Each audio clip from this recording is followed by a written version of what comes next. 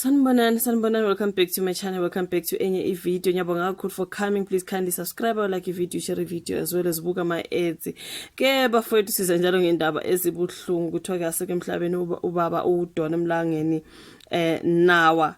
So simazi kakhulu abakusidingo bafethu yena ke udlale izitori eziningi. I'm sure abaningi bethu vele sikhule simbuka kumabona kude, but story nje mina engizokhuluma ngase ngimbuke kakhulu kusona kukusidingo bafethu. So kuthiwa kaseke emhlabeni ke ubaba kuthi umndeni wakhe waqinisekisa ke ukudlula kwakhe emhlabeni ubaba uDon Mlangeni. So alokho engene njalo amazwe enduduzwe ke kulandela ukuvela kwezindaba zokudlula emhlabeni kukaDon Mlangeni owaqama kakhulu emidlalweni efana nehlala kwabafileyo nesidingo. Yizona lezi ezimbili abazikhuluma kakhulu izitori ade dume ngazo kakhulu, especially isidingo bafethu, especially nje kusidingo.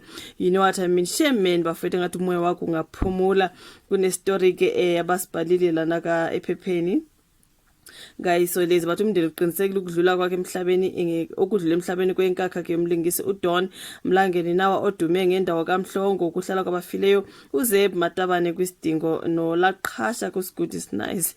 If you do remember uLaqhasha as well, shemba fethu Nkosi yami waze kwakubike lokho ngaze ngacabanga uLaqhasha bese ngimkhohliwe. So ngokwestatement ke somndeni ke lo hayi angazi lithinde lagama loqolo Thakamangu udlule emhlabeni eneminyaka engu65 namhlanje ke kumhla ka16 April. Ube inhliziyo yomndeni ubaba onothando ubhuti nomngane emhlabeni ke bongumlingise onesiphiwo ke nohlonitshwayo obeqhakaza njalo uma ke eseshashalazini. Umlando wakhe uyaphila empilweni yabantu akaxhumana nabo ngemidlalo ayidlalile nothando aluvezile. Kwase kuba khona istatement laphana kuthiwa official press statement on the passing of Don Mlangeni Nawa. It is with deep heartbreak that we share the passing of our beloved father Don Mlangeni Nawa on the 16th of April 2025. He was the heart of our family, a loving father, brother and a friend to the world. He was a gifted and respected actor whose presence lit up every stage and screen he graced. His legacy lives on in the lives of the lives that he touched, the stories he told and the love he gave so freely. We are deeply moved by the outpouring of love and support. We kindly ask for a privacy as we grieve at this immense loss. Details regarding the memorial service and the funeral arrangements will be shared in due course. With love and gratitude, the Nawa family.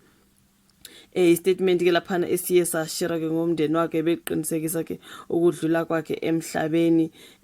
Shame bafethu ngathi umoya wakho ngalala ngokuphumula. Besikhona njalo story on ka Daily Sun. I think nje singathi story nje simala nokudlula kwakhe emhlabeni bafethu kwa Daily Sun naka Sunday World. I think so ngizoya kancane nje mabethe breaking news isidingo actor passes away kuka Daily Sun laphana. It is with deep heartbreak njengoba sifundile laphana istatement. Former isidingo actor uDon Mlangeni Nawa has passed away.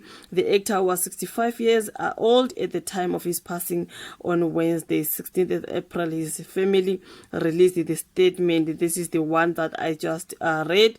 The family thanked those who have shown them love since the news broke of his passing, but we are deeply moved by the outpouring love and support. We kindly ask for a privacy as we grieve this immense loss. Details regarding a memorial service and funeral arrangements will be shared, like they said.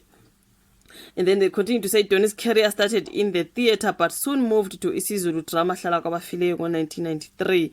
And then he also acted in the isiZulu film Uhambo Lwami as uDavid. One of his most famous roles was uLaqhasha laphana kaSgood is nice and uBrazeb kaSidingo. Izona izinto abazibhalile ke ngoba uDon Mlangeni bafethu ukuthi udlule emhlabeni.